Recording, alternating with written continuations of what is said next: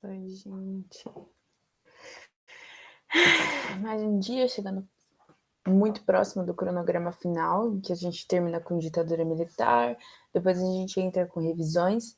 Eu tava pensando, né? Acho legal já falar isso agora para vocês, mas eu tava pensando em soltar um formulário com as épocas, áreas que vocês tiveram mais dúvidas.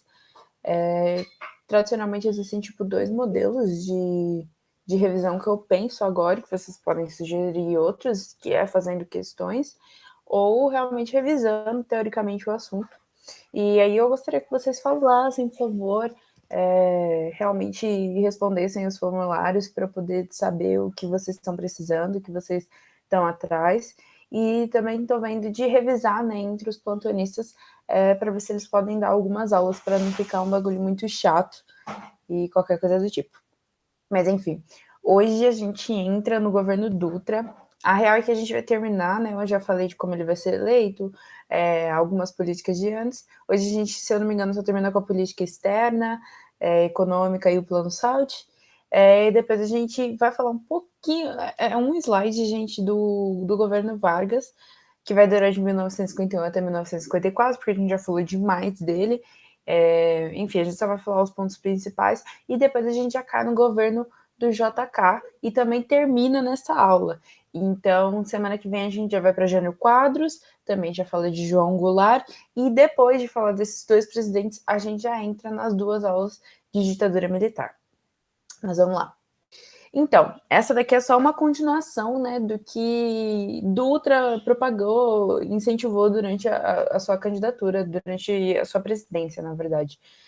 Bom, ele inicia com a política externa, então a gente tem que lembrar que é um mundo extremamente polarizado, num contexto de Guerra Fria, então vocês têm que pensar nessa rivalidade extrema, né, entre Estados Unidos, que representava o capitalismo, e a União Soviética, que representava, né, o socialismo, entrando ali no comunismo, e aí o que vai acontecer é que Dutra vai, tipo assim, fazer muita amizade com os Estados Unidos.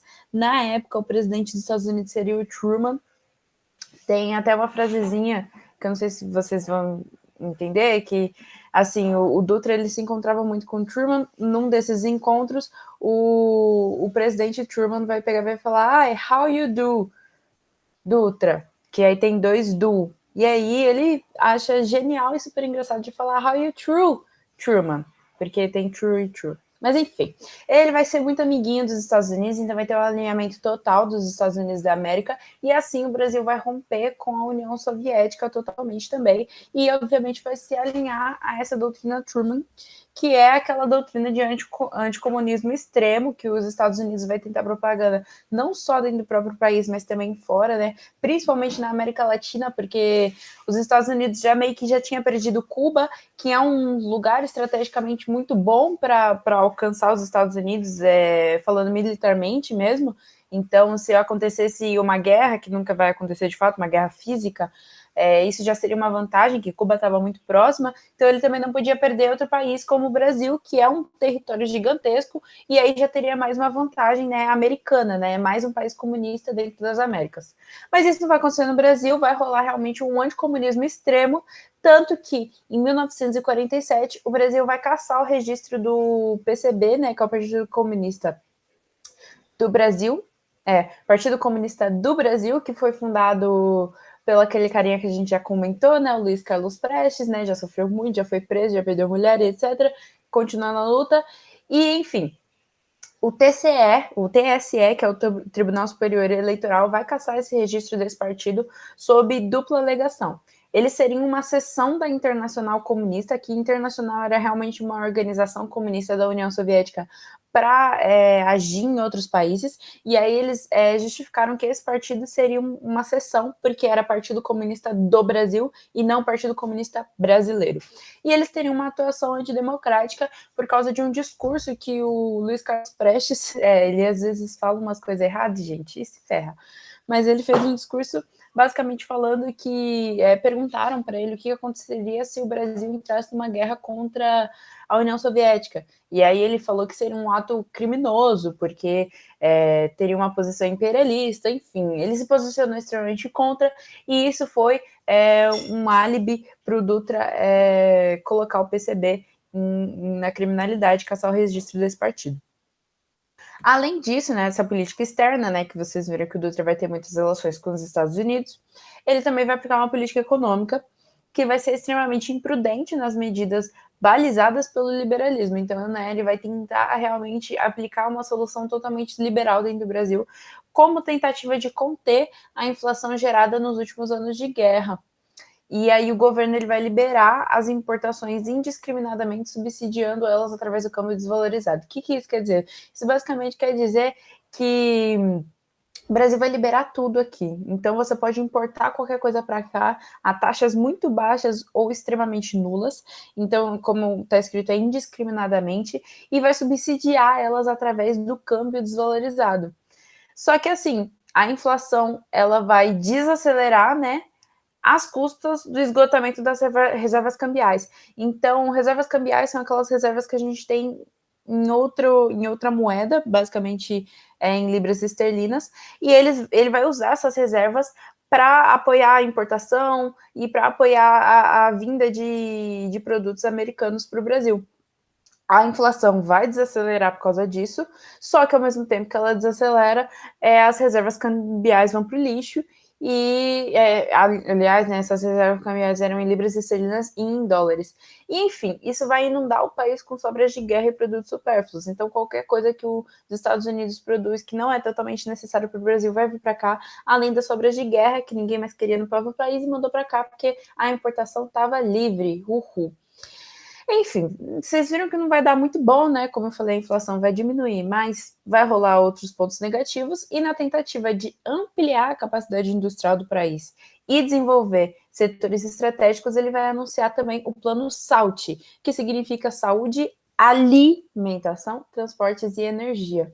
E assim, ele tinha como objetivo desenvolver realmente pontos estratégicos, aumentando a capacidade industrial do Brasil. Então ele queria investir em, eu esqueci da palavra pontos ali, mas ele queria investir em certas áreas, que são essas, para aumentar a capacidade industrial do país. E isso vai ser basicamente um grande fracasso, porque praticamente não vai avançar e boa parte nem vai sair do papel. Então vai ser um plano que vai ser até bem desenhado e tal, só que não vai sair de fato do papel, não vai avançar, porque o Estado não tinha recursos financeiros, né? A gente já estava gastando nossas reservas e etc.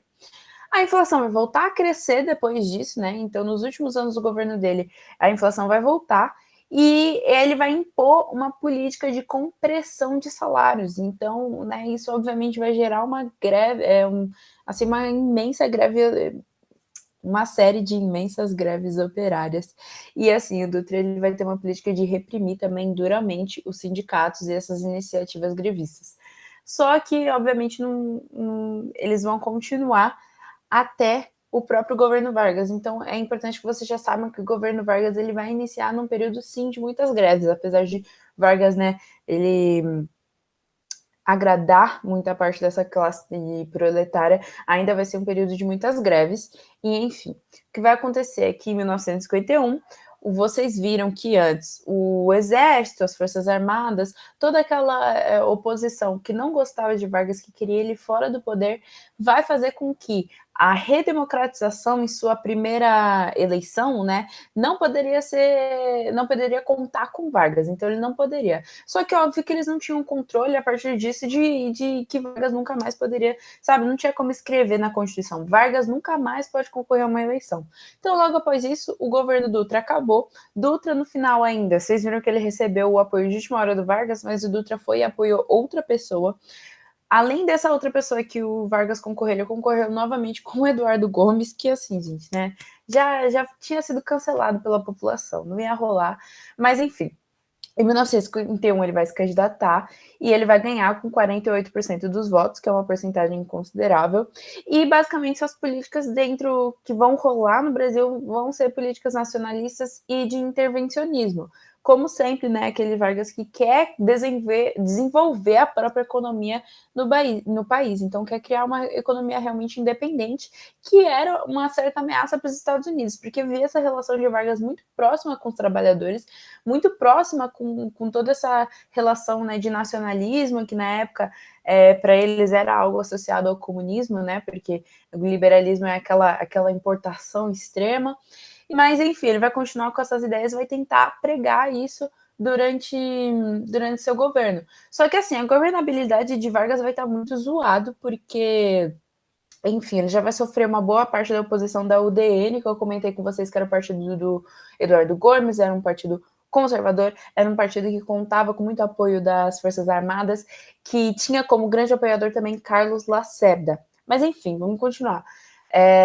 Ele vai criar a Petrobras em 1953, então ele vai criar aquela frase. Na verdade, não é ele que cria, é a União Nacional de Estudantes, mas os estudantes vão apoiar muito essa fase de nacionalização do petróleo. Inclusive, o pessoal do Centro Acadêmico 11 de Agosto também vai apoiar, enfim. E vai começar esse movimento de realmente o petróleo é nosso e a gente não vai vender esse território para ninguém. E é assim que Vargas vai criar a Petrobras em 1953. Só que, como eu estava falando, a governabilidade de Vargas estava muito zoada. Eu já expliquei para vocês que governabilidade é a capacidade do presidente de realmente aplicar as decisões, as medidas, as coisas que ele quer aplicar dentro do país, porque tudo isso precisa ser aprovado pelo Congresso, tudo isso precisa ter autorização dos deputados. E ele não tinha uma camada, um apoio tão grande assim lá, principalmente porque a UDN estava em força lá. Então, a governabilidade do Vargas já estava muito zoada nessa época. Boa parte das coisas que ele queria aplicar, que ele queria fazer, ele não conseguia, porque, né, ninguém aprovava. Justamente foi uma das razões pela qual ele iniciou o Estado Novo em si. Mas como ele não podia, né, enfim. Esse também vai ser um período que a gente chama de populismo um pouco, né, e dominação de classe, porque, enfim, vocês já sabem que Vargas vai ser muito popular entre a classe média, entre a classe trabalhadora, então isso vai ser, obviamente, algo positivo para ele, porque ele vai ser muito popular e vocês vão ver que isso vai trazer com força para o fim. Enfim, as coisas vão rolando e tal, ainda é um período de greves, mas vai rolar também uma crise política e ele vai se aproximar do fim. Ele vai sofrer muita oposição da UDN. O Carlos Lacerda era um jornalista que, gente, vivia para falar mal do Vargas e só falava mal. Ele não era associado politicamente de forma que ele não concorria a cargos, mas ele tinha associação com a UDN, só que ele era um jornalista e assim, os artigos, tudo que ele fazia era para trazer uma má imagem para Vargas, realmente para derrotar, para acabar com Vargas. Então isso já vai auxiliar muito nesse fator. Vai ter essa pressão política, vai ter essa oposição muito forte a ele, e vão surgir vários casos, vários escândalos de corrupção. Então, assim, pessoas muito próximas, nada com ele, mas pessoas muito próximas a eles, assim, vão acabar descobrindo várias crises e vários realmente escândalos de corrupção, que vai manchar um pouquinho, né, o nome de Vargas e vai falar, tipo, tem um filme, gente, que chama Getúlio, que é interpretado pelo Tony Ramos, é um filme da Globo, etc. Não é muito histórico, assim, não sei se vocês já viram ou quiseram ver, eu não recomendei porque ele não é muito histórico em si, eles não vão te acrescentar muito historicamente, mas para entender o período, o contexto, é interessante. E é interessante que tem uma frase lá que é muito marcante, que a filha dele chega para ele, tipo, ele tá no final, ele tá tipo, putz, estou ferrado, e aí ela vira para ele e fala, tipo, pô, mas tudo isso acontecendo no seu lado, você não sabia de nada. E aí, essa é uma questão que resta em nós até hoje, porque, né, Vargas negava austeramente o envolvimento em corrupção e etc., mas existia todos esses fatos de corrupção mesmo que aconteceram, e aí a gente fica tipo, mas você não sabia? Enfim, várias crises políticas, né, no sentido de que ele já não consegue governar direito, já existe uma oposição muito forte e que na imprensa prega muito, né, com o apoio do Carlos Lacerda, prega muito o fim dele, e ainda os escândalos de corrupção. Para ajudar com isso, vai rolar o famoso crime da Rua de Toneleiros. O que acontece vai ser um atentado contra a vida de Carlos Lacerda. A gente não sabe como, mas vai acontecer nessa rua aí.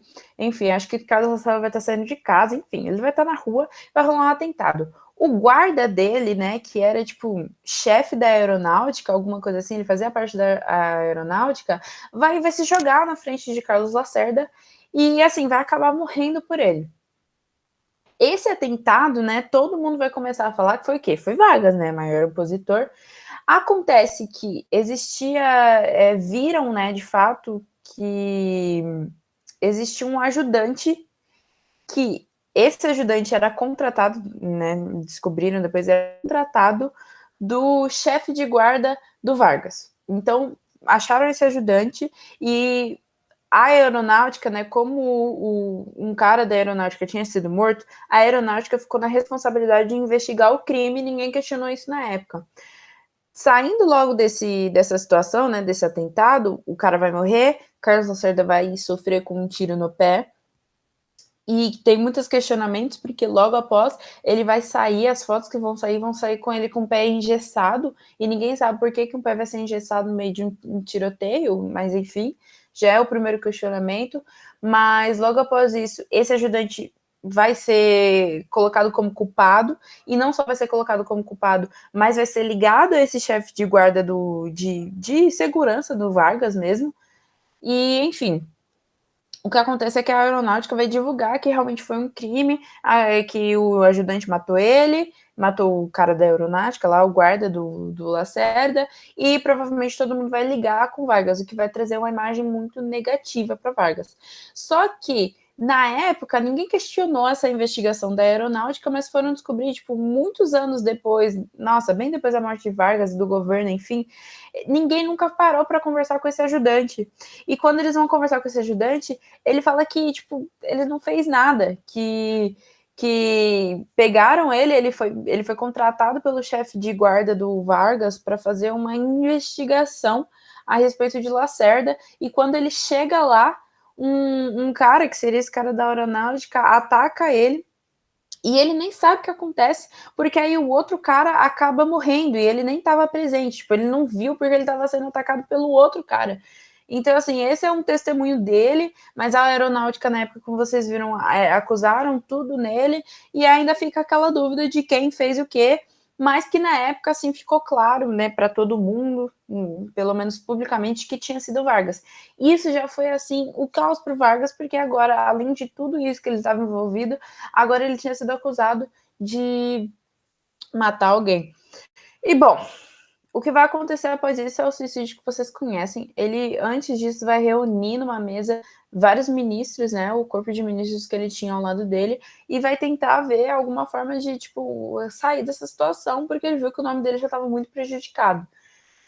Ele vai pedir uma licença, só que o corpo militar, as Forças Armadas que participavam muito da política brasileira vão dizer não. E, assim, era uma licença realmente para tirar o nome dele um pouco dos holofotes, para dar um tempo e tal, só que isso não vai rolar.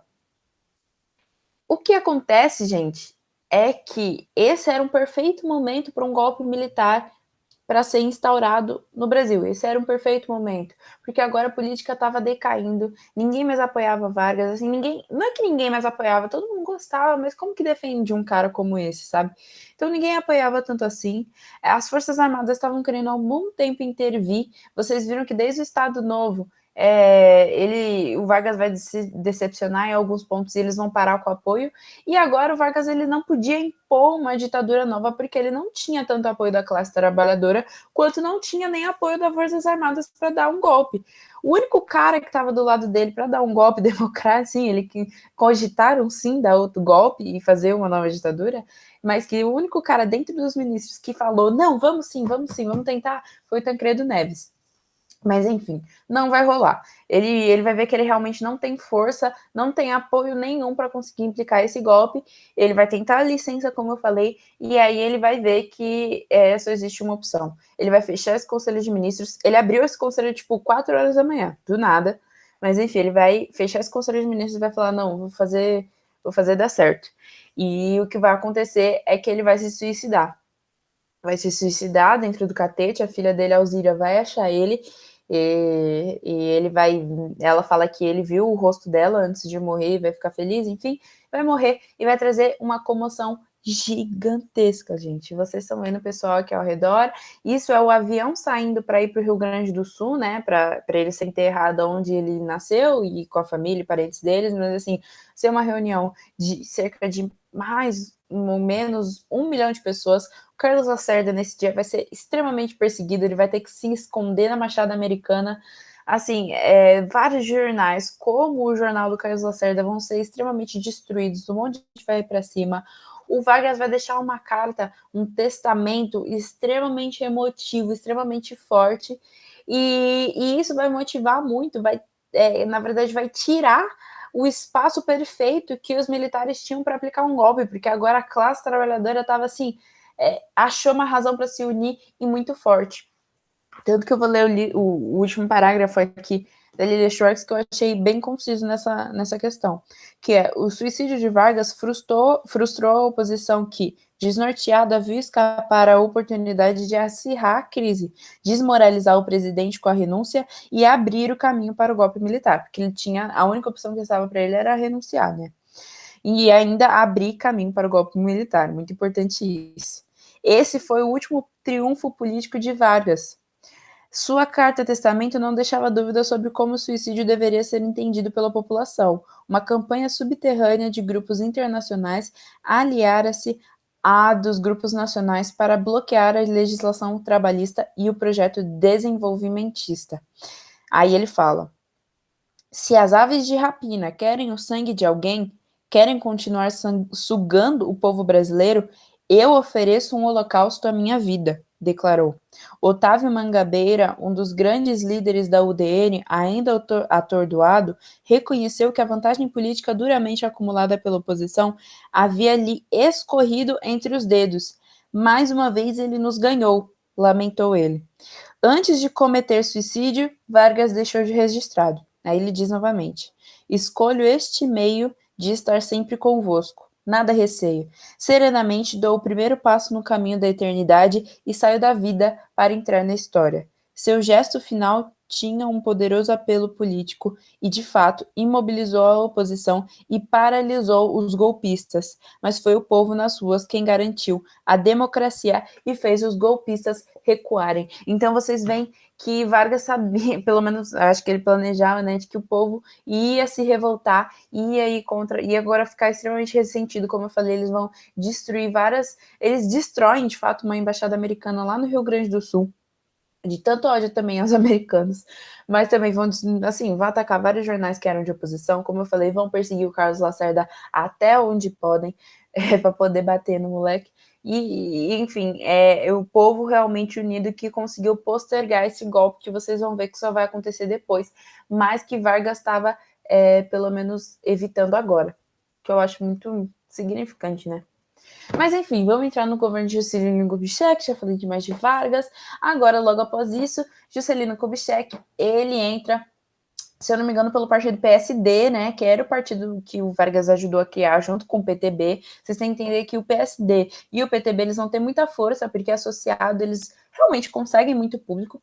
Mas enfim, o JK, ele vai ter aquela fama, né, dos anos dourados. Então, a Lilia Schwartz e a Heloísa Sterling, eles vão até definir ele como um vendedor de esperanças, porque ele vai trazer um clima otimista que vai contagiar a população e vai implementar uma política desenvolvimentista. Muita gente também conhece como esses anos, como os anos dourados, né? Então, vai ser um período de muita coisa boa. Não de muita coisa boa, eu diria fadisticamente, mas trouxe um clima muito ótimo e todo mundo começou a achar que o Brasil poderia dar certo, o Brasil poderia avançar. Então, como eu falei, ele vai iniciar essa política desenvolvimentista com o capitalismo associado. Então, a associação do Estado com o capital estrangeiro, que tinha apoio teórico do ICEB. O ICEB era o Instituto Superior de Estudos Brasileiros, se eu não me engano. Instituto Superior de Estudos Brasileiros, que realmente deu um apoio teórico, né, de falar, pô, isso daqui pode dar certo, então vamos associar o Estado, as iniciativas estatais com capitais de fora. A gente vai falar um pouquinho mais depois. Qual que é a coisa mais marcante do governo de Juscelino Kubitschek? Plano de metas. Então, ele vai ter um plano de desenvolvimento nacional que vai ser planejado pelo Estado e que vai contar com 31 metas agrupadas em 5 setores. Então, vão ter 30 metas que se dividem entre os 5 setores. O que vai acontecer nessa relação? Ele vai iniciar com os projetos de indústria, que vai ter um crescimento gigantesco, um crescimento fulminante de fato. Então, ele vai ter realmente mais ou menos um crescimento de 80%, mais ou menos. E, enfim, ele vai desenvolver em siderurgia, né, que é a indústria de base, então siderurgia, naval e construção civil, e na automotiva, que é muito importante, porque nessa época, em 5 anos, gente, ele planejava desenvolver mais ou menos, criar 170 mil carros brasileiros. Ele vai conseguir mais que isso. Ele vai conseguir criar 200 mil carros brasileiros. Então, ele vai realmente desenvolver uma indústria automotiva muito forte, que eu já comentei com vocês que vai ficar bem perto de São Bernardo do Campo, lá no ABC Paulista. Tanto que essa foto aqui do lado é de um carro brasileiro. Não só isso, ele vai investir muito no. Ele vai investir, não, né? Ele vai desenvolver muito o transporte, vai crescer cerca de 150%. Vai ser muito com a ajuda desse cara chamado Bernardo Saião. E assim, vai consolidar um modelo rodoviário dentro do Brasil, que vai pavimentar 6 mil quilômetros de novas rodovias. Enquanto o país antes tinha 4 mil. Então ele conseguiu superar o que o Brasil tinha tudo em todo esse tempo e fazer mais. Acho que no final ele chega com cerca de 15 mil quilômetros de rodovia, gente, é muito grande, e também já é um dos inícios dos projetos de interiorização do Brasil, de conectar o Brasil a várias áreas. Então vocês vão ver que as BRs, elas vão ser realmente grandes rodovias que planejam conectar tanto o Acre até o Rio Grande do Sul.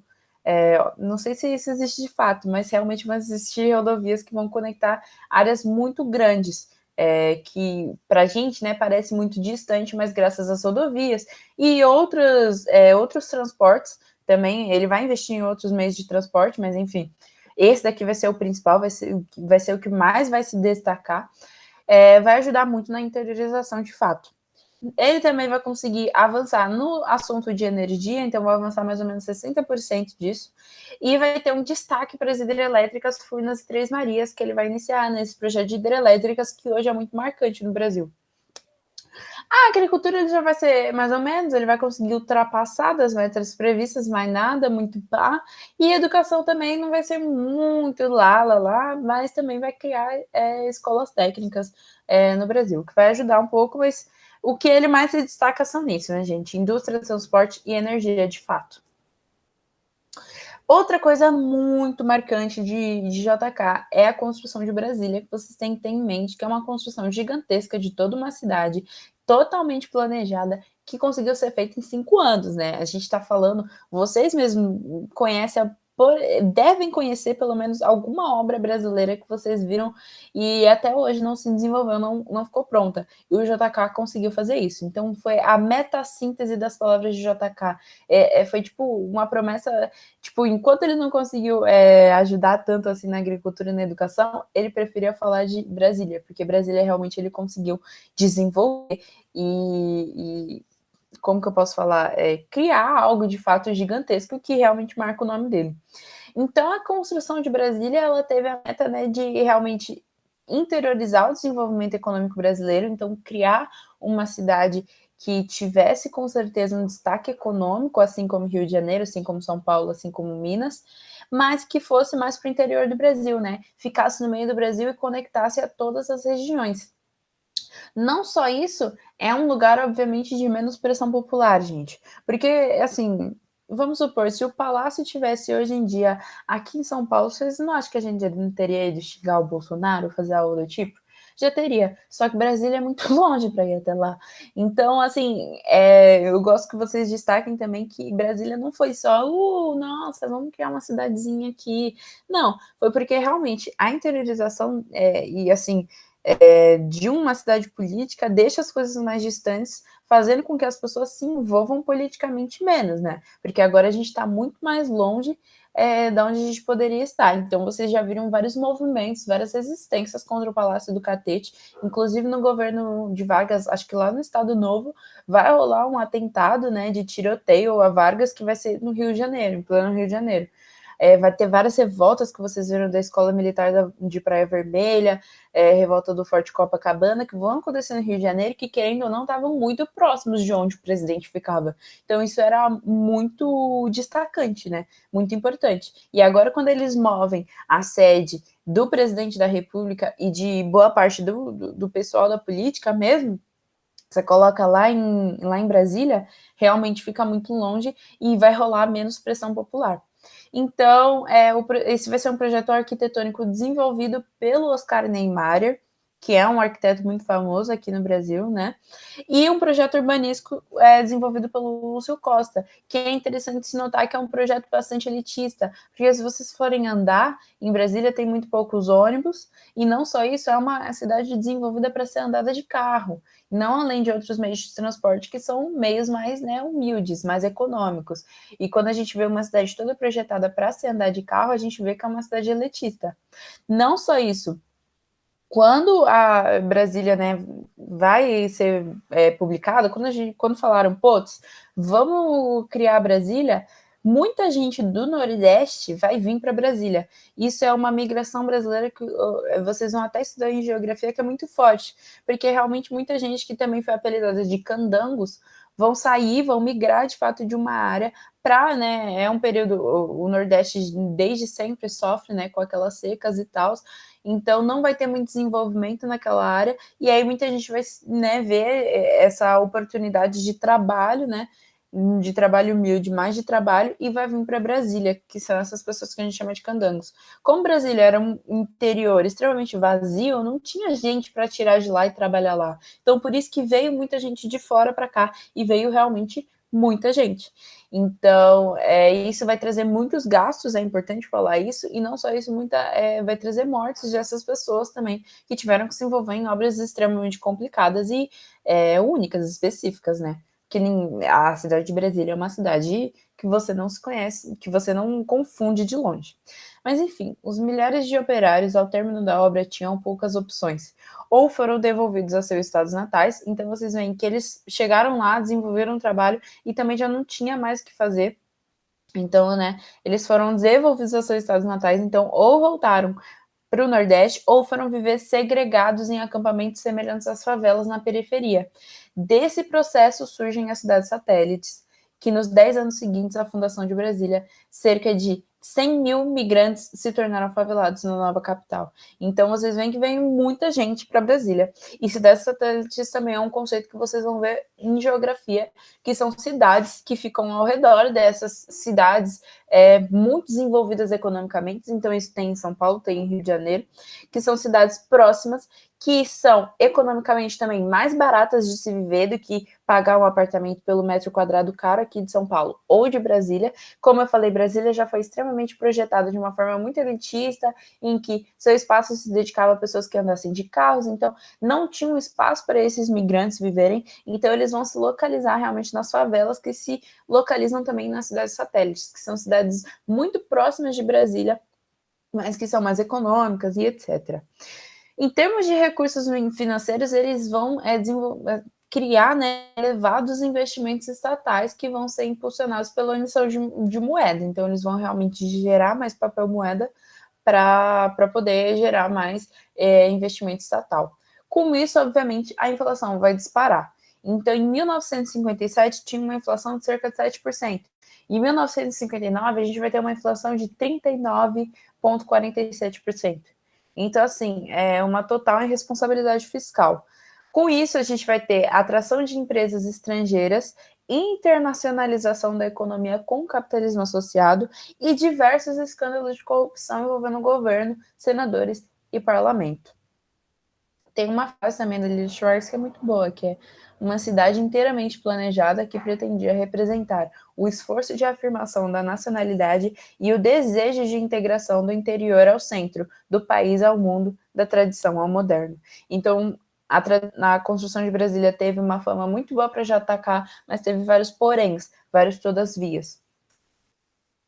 Agora a gente vai falar um pouquinho mais do capitalismo associado, que é de fato que a gente está falando há um tempo, não sei se vocês conseguiram de fato entender, mas capitalismo associado é basicamente uma posição nacionalista não ortodoxa, ou seja, não comum, aonde o desenvolvimento nacional, esse desenvolvimento não passaria por uma rejeição ao estrangeiro, que tem ênfase nas parcerias com o capital privado internacional. Então, o que isso quer dizer? Vocês lembram de Vargas? Vocês lembram que ele também tinha uma política desenvolvimentista?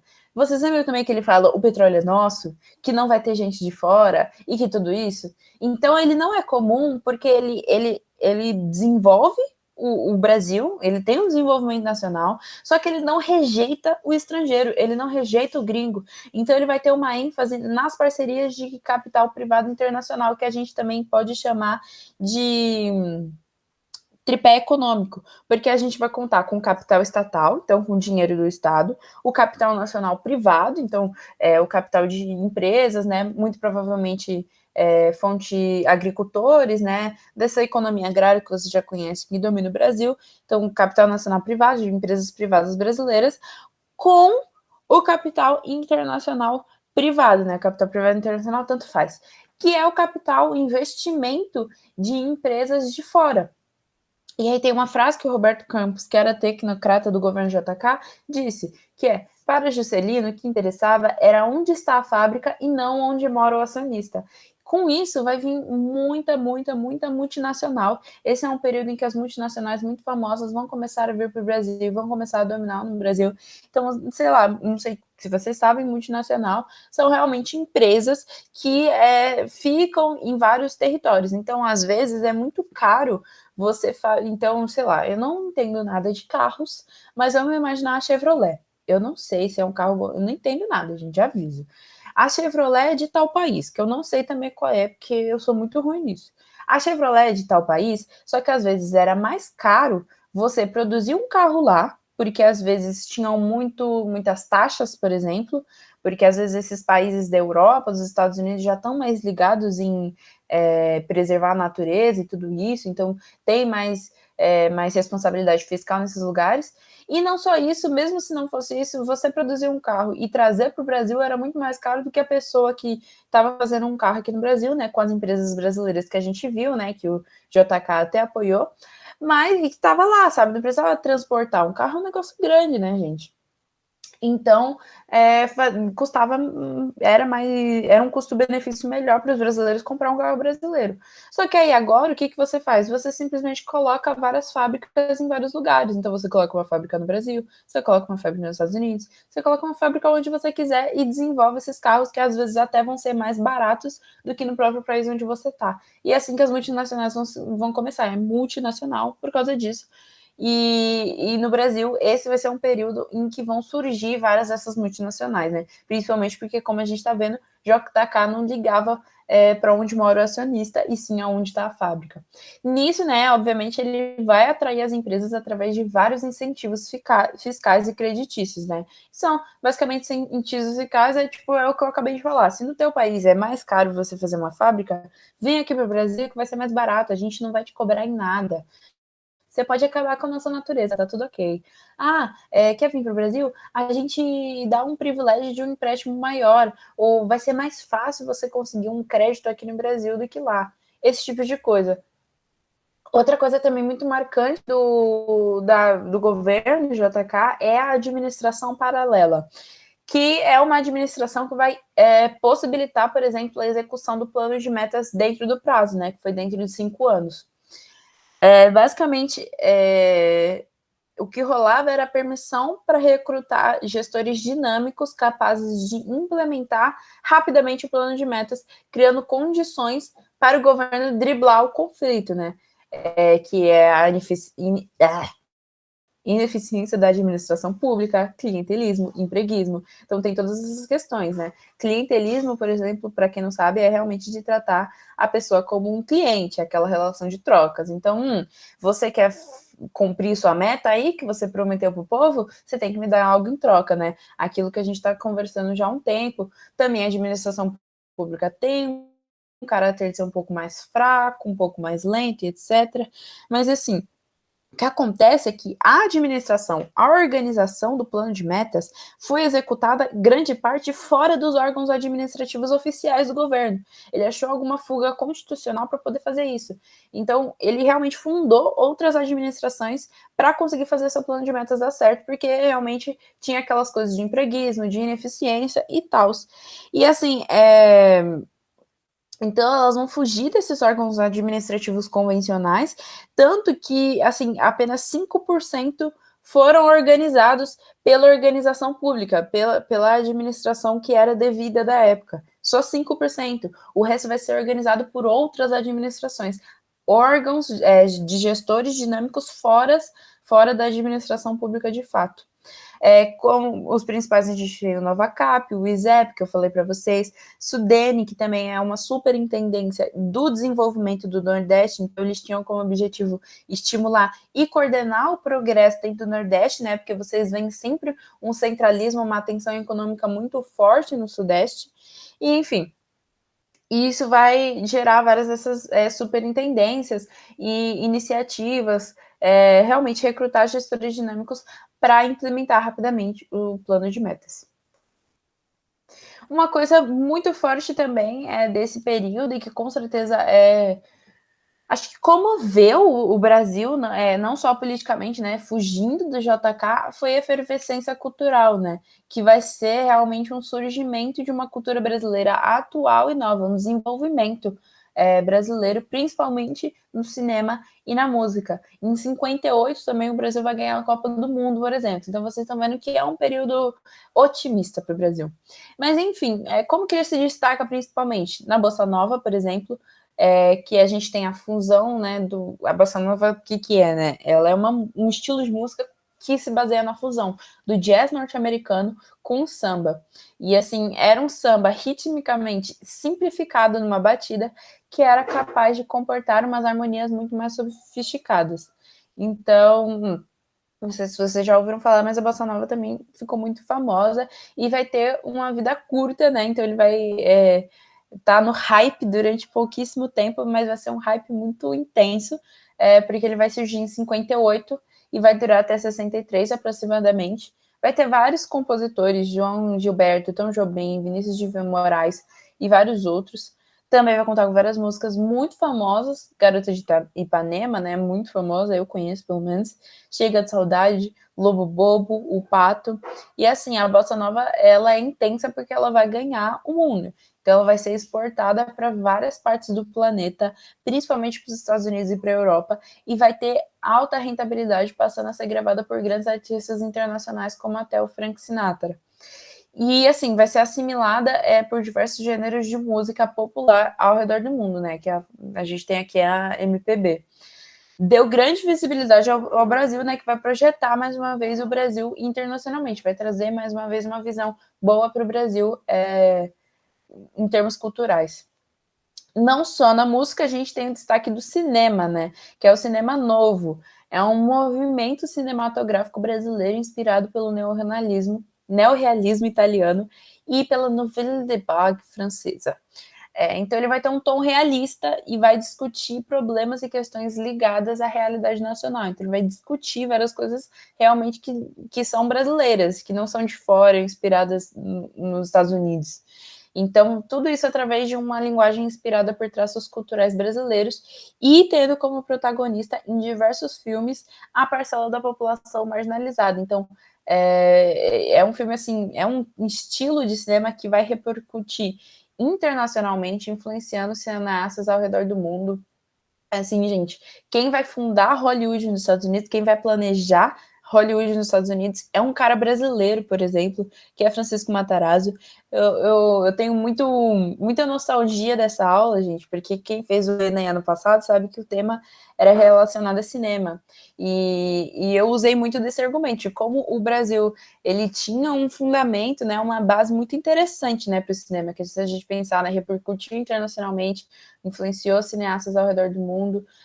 Teve um dos caras, né, que foi um cara brasileiro que literalmente fundou Hollywood. Teve vários cineastas como Nelson Pereira dos Santos, Rui Guerra, Glauber Rocha, inclusive o cara que ganhou, né, a melhor direção de Parasita, não sei se vocês já assistiram Parasita, mas ganhou vários prêmios lá no Oscar e foi o primeiro filme, acho que foi, né? O primeiro filme fora dos Estados Unidos a ganhar o prêmio de melhor filme, né? Que é um filme coreano. E ele fala que um dos melhores filmes que ele já viu foi Deus e o Diabo na Terra do Sol, que é um filme de Glauber Rocha. Então, vai ter vários filmes em destaque. A gente tem Rio 40 Graus, que inclusive foi um filme que vai ser censurado, por exemplo. Mas a gente também vai ter filme como Vidas Secas, Os Fuzis, Deus e o Diabo na Terra do Sol. É um filme maravilhoso. Eu vi, quer dizer, é incrível, vocês veem como é ligado à realidade nacional também, que também trata de uma população marginalizada, porque passa lá no Nordeste, por exemplo. Enfim, vai ter várias questões. É um cinema muito bom e muito interessante até. Não só isso, a gente também tem o surgimento do Teatro de Arena, que é basicamente um conjunto de jovens atores e encenadores que pretendiam ser modernos e estavam comprometidos com um teatro mais realista. E, enfim, eles buscavam também produzir uma dramaturgia, então realmente criar dramas que fossem integralmente brasileiros. E, assim, grupos que também vão surgir posteriormente nesse caminho é a Oficina e Opinião. E tudo isso, né, nos faz questionar, putz, o que aconteceu? Se a gente tinha um cinema, né, a gente tinha um estilo de música que foi extremamente famoso, a gente tem um cinema que até hoje, né, tem um diretor falando bem, falando que é um dos melhores filmes que já viu, o que acontece? Basicamente a ditadura militar. E a ditadura militar foi realmente um baque para a nossa efervescência cultural, que realmente passou durante anos e realmente atrasou. Fez com que a gente não conseguisse voltar do mesmo jeito que a gente era antes. Aí agora a gente também, né, vai ir de novo para a situação econômica, que vocês estão vendo que o JK é cheio de plano de metas, que não sei o que, que não sei o que, mas vocês também viram que na construção de Brasília, por exemplo, ele pegou muito dinheiro e tal, e aumentou a inflação, não deu muito bom. Isso foi o que a gente chama, né, o preço do otimismo. Então, o plano de metas vai sair caro para a população.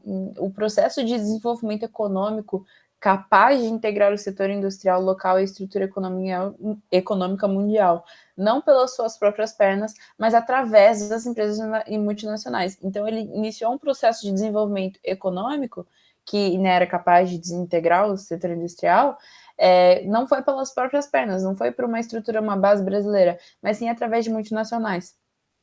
Então tem mais uma frase do Brasil, uma biografia que a gente usa que é muito boa, que é: o plano de metas viabilizou as condições para o ingresso do Brasil em um estágio avançado de industrialização, mas sem criar condições reais para isso.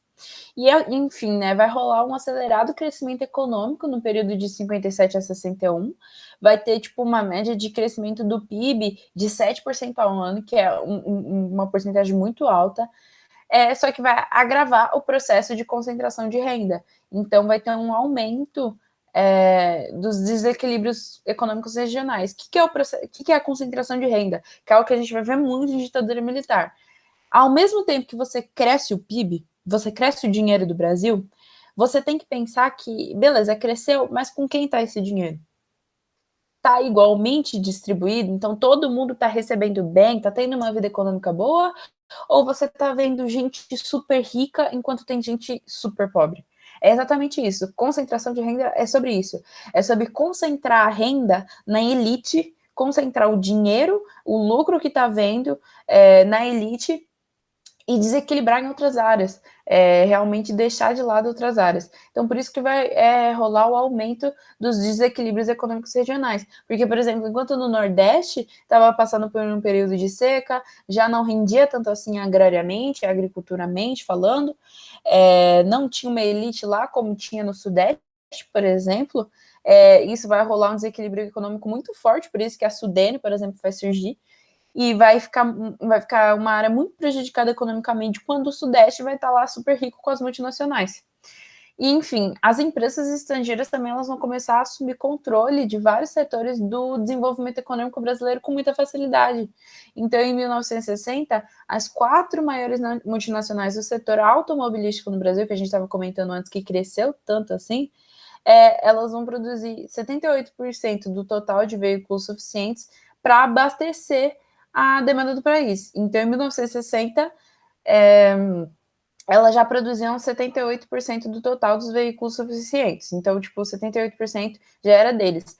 Em 1968, por exemplo, a Fábrica Nacional de Motores, que era uma fábrica, né, brasileira, vai ir à beira da falência e vai ser vendido pelo Alfa Romeo.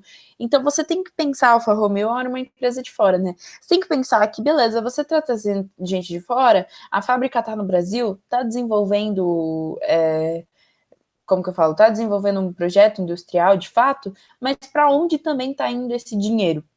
Está indo para o acionista ou para a fábrica? Essa é uma questão e que vai rolar. Então, quando o JK vai apoiar isso, muitas multinacionais vão vir para cá e vão substituir as empresas que estavam começando a crescer agora e que estavam começando a se desenvolver. Então, vai rolar também aumento constante dos déficits da balança de pagamento e seguido da consequente ampliação da dívida externa. Então, lá com Brasília, ele já pegando muita grana, agora com um projeto de desenvolvimento econômico, vai ampliar muito a dívida externa. Se eu não me engano, vai chegar a 3 bilhões de dólares. E assim, o JK não vai conseguir pagar os juros e eles não vão aceitar as diretrizes do FMI, que é basicamente uma organização internacional para regular essas questões monetárias, né, econômicas, de tipo, realmente, você não pode sair dando calote, né, tem que ter alguma organização. Estou pesquisando aqui a sigla, o coisa, é Fundo Monetário Internacional, é que eu tinha esquecido a palavra certinha. Fundo Monetário Internacional não vai aceitar as diretrizes e em 1959 vai romper as negociações com ele mesmo e vai perder total crédito bancário mundial. E aí o governo também vai optar a crescer com a inflação, porque não tem nada para fazer. Índices de inflação vão de 57% a 7%, em 1958 para 24 e 1959 para 39, como eu falei para vocês, vai crescer muito. E assim, a inflação vai gerar um descontentamento generalizado na população, mas vai agradar diversas empresas, porque para eles estava dando tudo certo, né? Principalmente para as multinacionais. Então é isso que esse vai ser o governo JK, marcado com muito desenvolvimento econômico, muita vinda de multinacionais, né, muito apoio no capital internacional privado, e vai ter um preço, né? Vai ter um preço que realmente, né, como a gente colocou, vai ser o preço do otimismo. Agora a gente vai para as questões. Voltamos com as questões. Eu fiz uma lista de exercícios muito curta, porque eu tinha pensado em deixar vocês no feriado sem exercícios para fazer, né? Que está sendo muito pesado. Imagino que fim de ano deve ser pesado para todo mundo, inclusive para mim. E aí mas eu tive que fazer porque Era Vargas é muito importante e eu estava terminando o Estado Novo e Estado Novo é muito importante, assim, é o que mais cai, então eu me sentiria muito fodida se eu não passasse para vocês uma lista de exercícios do Estado Novo. E aí essa daqui, tipo, eu fiz uma lista com 4 exercícios, só para, tipo, vocês leiam 4 questões e falar, não, fiz. Mas enfim, vamos lá. Visto que, de fato, a Constituição de 1946 estabeleceu normas e medidas para a instalação de uma estrutura democrática no país, dando ensejo a uma abertura do processo político nos 18 anos subsequentes, ao observador mais descuidado, a redemocratização pode parecer mais radical do que na realidade o foi. Com base nas afirmações contidas no texto, é possível afirmar que a redemocratização, iniciada em 1945, perdeu sua radicalidade por ter sido apenas um ritual político, vazio de efetivos partidos? Mentira, porque eu expliquei para vocês que surgiram vários partidos políticos na época. Vai surgir o PSD, vai surgir o PTB, vai surgir o PCB, vai surgir o UDN, então vai surgir vários partidos políticos e não vai ser vazio de efetivos partidos. Aí, B. A redemocratização de 1945 só pôde existir em função da criação de 3 novos grandes partidos políticos, totalmente independentes de vínculos com o Estado Novo. O PSB, o PSD, a UDN e o PTB. E não, redemocratização só pode existir em função da criação de... Não existiu só em função da criação de 3 novos grandes partidos, ela já era planejada, né? Já foi instaurada pelo Getúlio Vargas, e eles não são totalmente independentes de vínculos com o Estado Novo, porque eu falei que o PSD e o PTB têm muito apoio do Vargas, né? Então, não. C. O retorno do pluripartidarismo o retorno do pluripartidarismo e de eleições diretas foram superpostos à estrutura herdada do Estado Novo, marcada pelo sindicalismo corporativista e pelo sistema de interventorias. se é a alternativa certa, né? Porque é esse retorno do pluripartidarismo, né? De vários partidos ao mesmo tempo e de eleições diretas que foram superpostas, então eles se sobressaíram em relação ao Estado Novo, e é um Estado Novo, né, que foi um período marcado pelo sindicalismo corporativista, que eu falei para vocês, que estabelece essa relação entre Estado, né, essa relação direta e obrigatória com o Estado do sindicalismo, e pelo sistema de interventorismo, né, que fala de um Vargas que é intervencionista, que vai atrás e que intervém na economia, por exemplo, em várias relações, como as relações trabalhistas. A C é certa, a D fala da redemocratização, não foi radical, devido à preponderância que teve junto a ela a UDN, partido formado pelo beneplácito de Vargas. Não, a UDN né, era completa oposição de Vargas, inclusive vai existir muito no governo democrático de Vargas, né? Enfim, não, espero que você tenha descartado ela. E a hipertrofia do poder legislativo foi uma das consequências da redemocratização.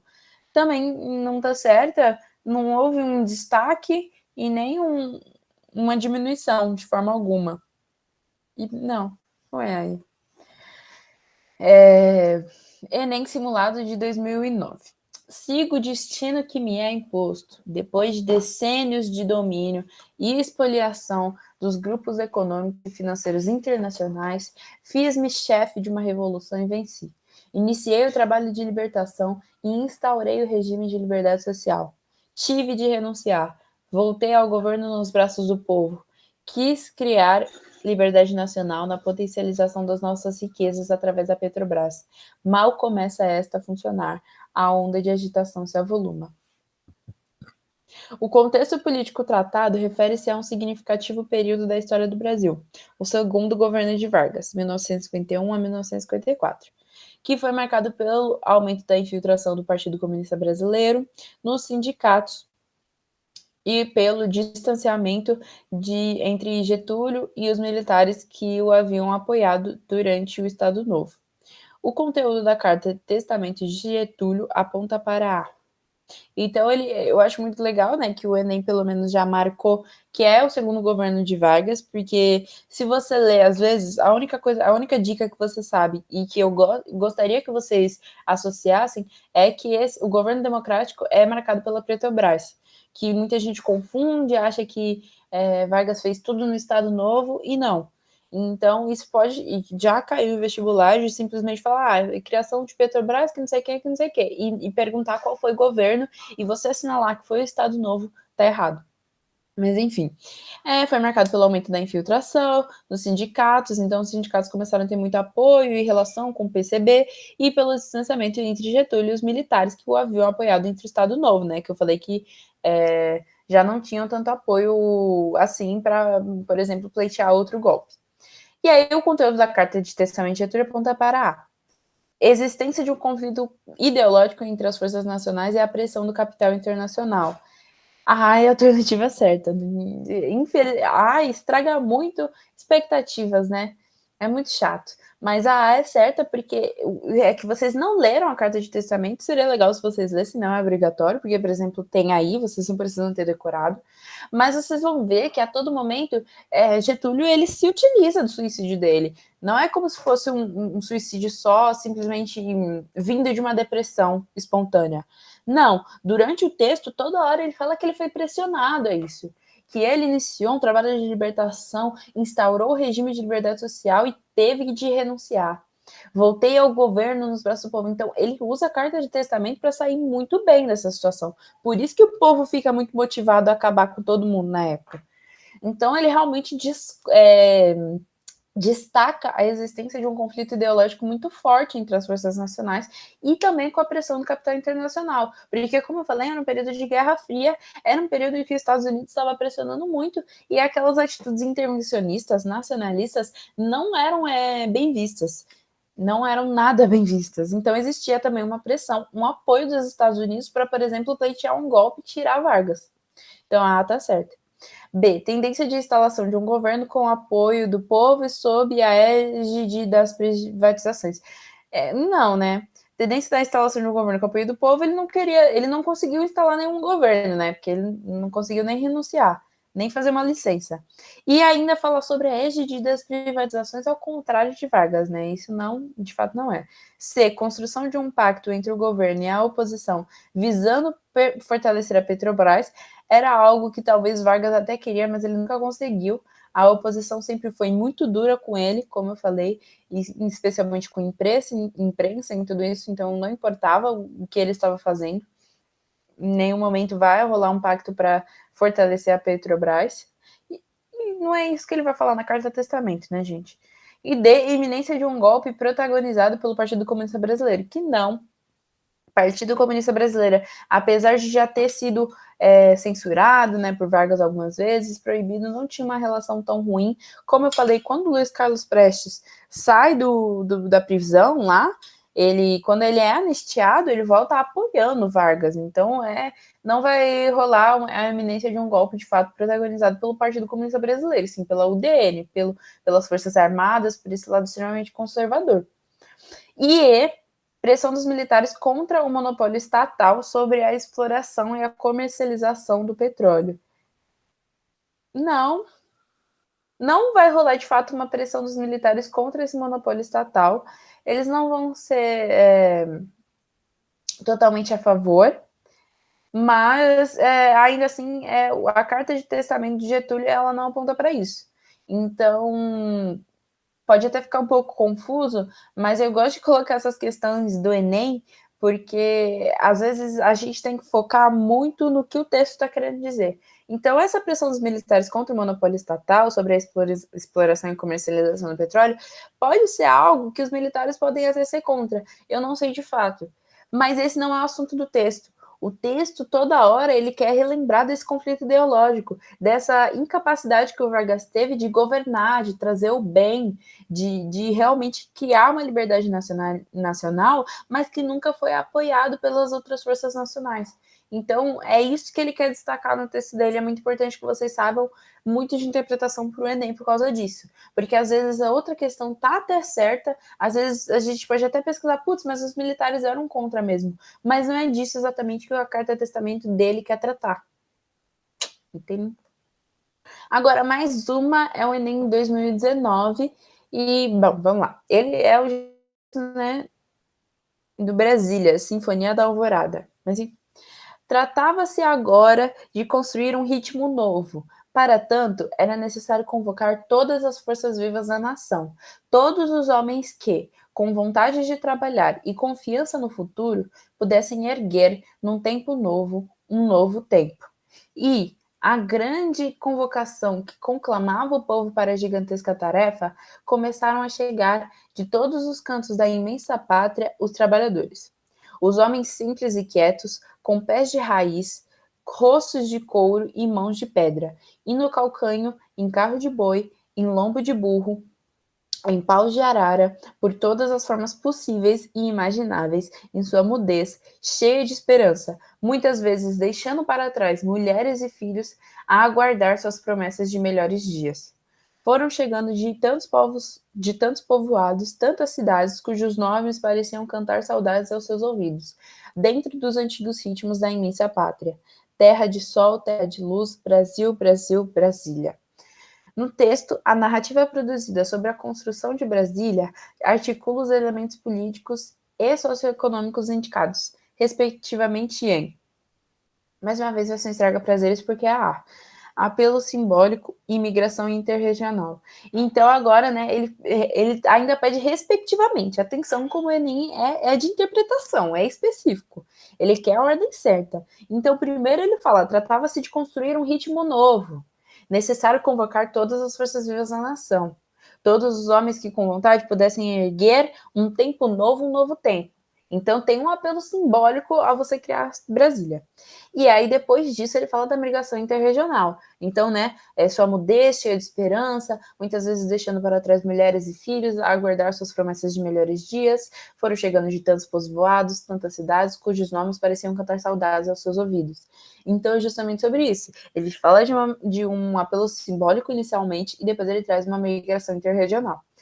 B, organização sindical e expansão do capital, não fala disso, não fala de organização nenhuma de sindicatos, acho que nem rolava sindicatos dos candangos, e muito menos expansão do capital.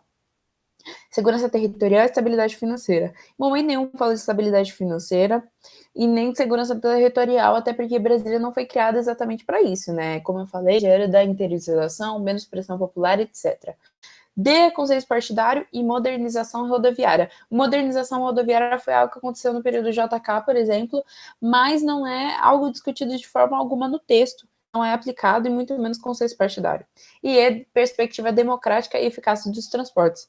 Também outra coisa que não é aplicada no texto. Para vocês verem que essa questão, eu sinceramente não fui conferir, eu não fui conferir, mas eu vou até conferir se essa é uma questão de fato de história. Porque você lê o texto e você não precisa saber do período, assim, você não precisa ter decorado, ou nem saber muito bem, você não precisa saber de nada de JK, ou da plano de metas, ou de nada disso.